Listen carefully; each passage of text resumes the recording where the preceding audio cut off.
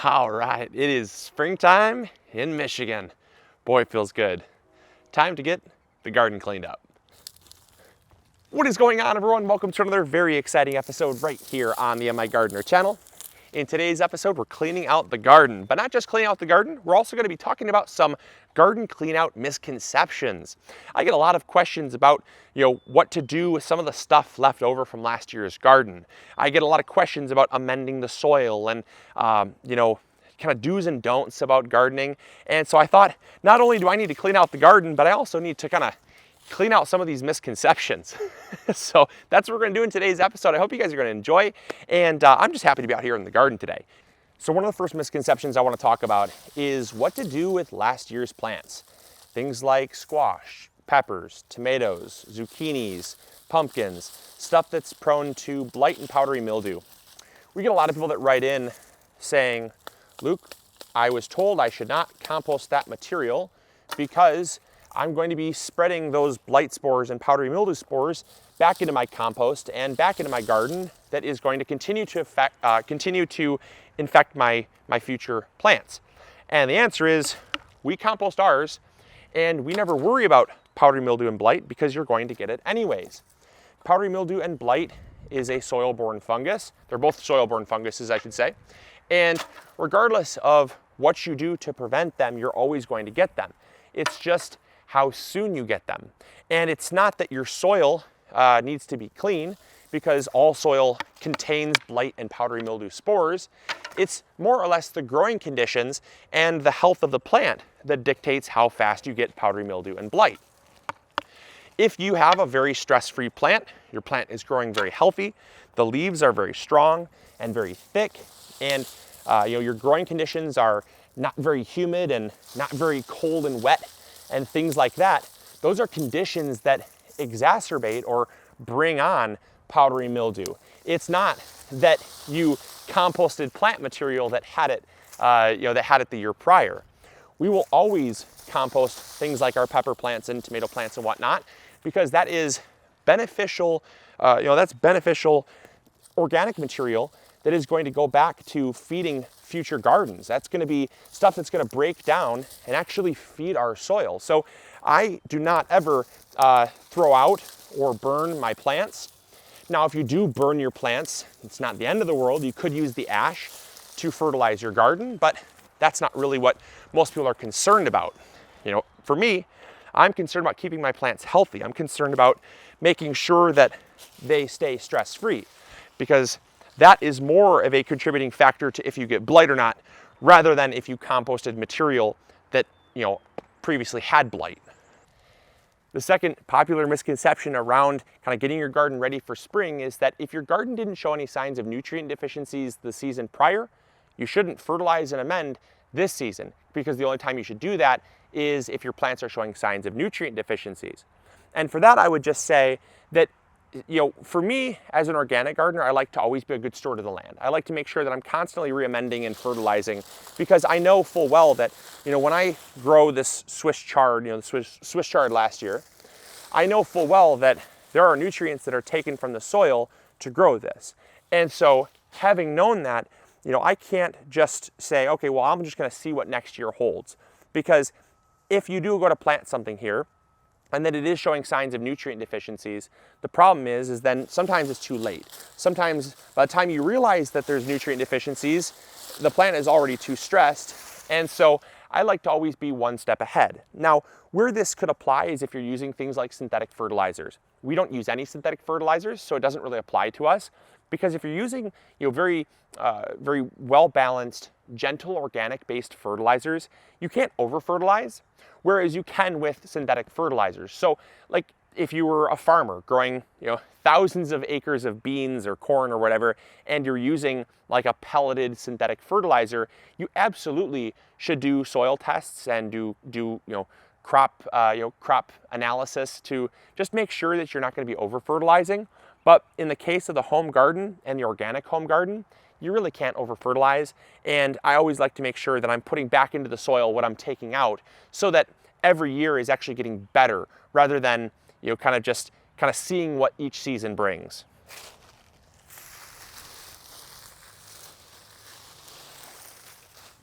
The third misconception around getting your garden ready for spring is the misconception of till versus no-till.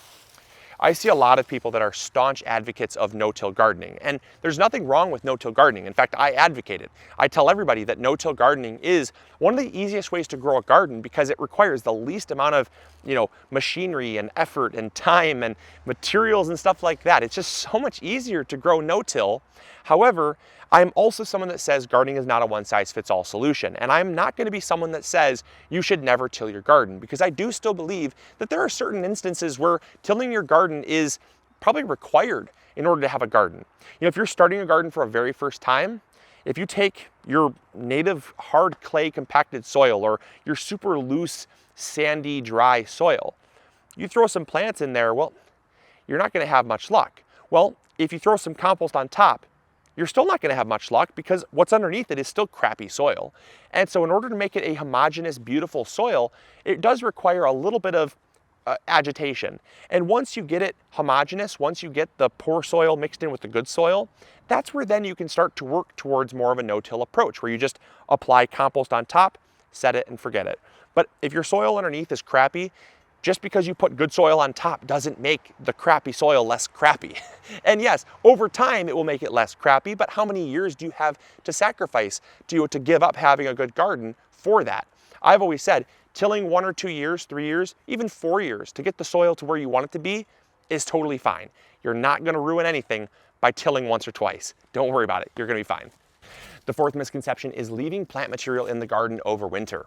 A lot of people say that doing this actually can foster and harbor bad bugs, things like whiteflies and aphids and other pests in the garden. And this is absolutely true. However, you forget that in an organic garden, it's all about balance.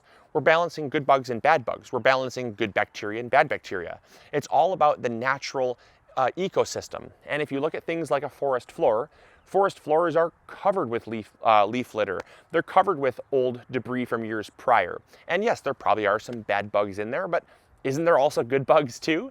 And so in an organic garden, if you happen to be someone like me that life gets in the way of cleaning up your garden and you have to wait until spring to do it, don't feel as if you are contributing to pest problems. What you're really doing is you're mainly just giving an environment for both good bugs and bad bugs to survive.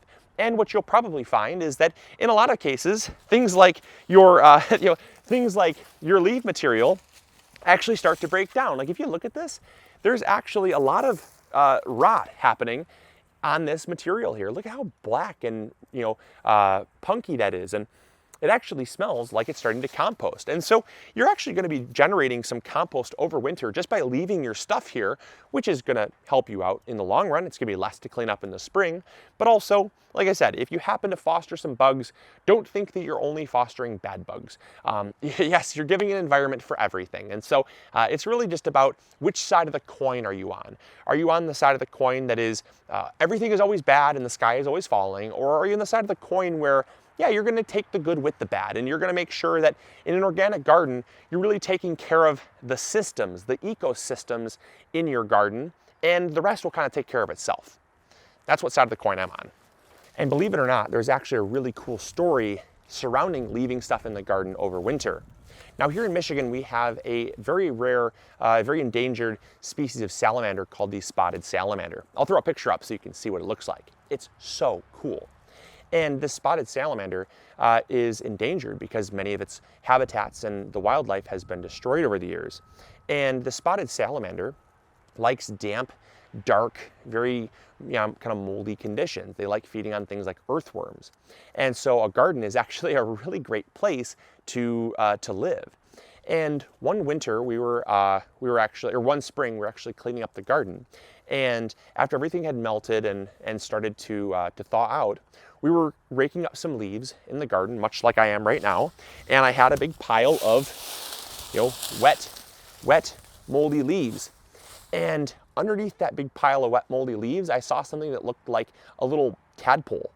And that tadpole was deep black and deep blue mottled spots. And I thought, holy smokes, that is a spotted salamander. And so just like you can, foster a habitat for for bugs, you can also foster a habitat for potentially an endangered species. And this is so cool to us because spotted salamanders only live within 500 feet of where they were born. They won't ever travel further than that. And so it was just such a really cool place such a cool way to find an endangered species. And we ended up leaving the leaves there so they could kind of live there and call that place home.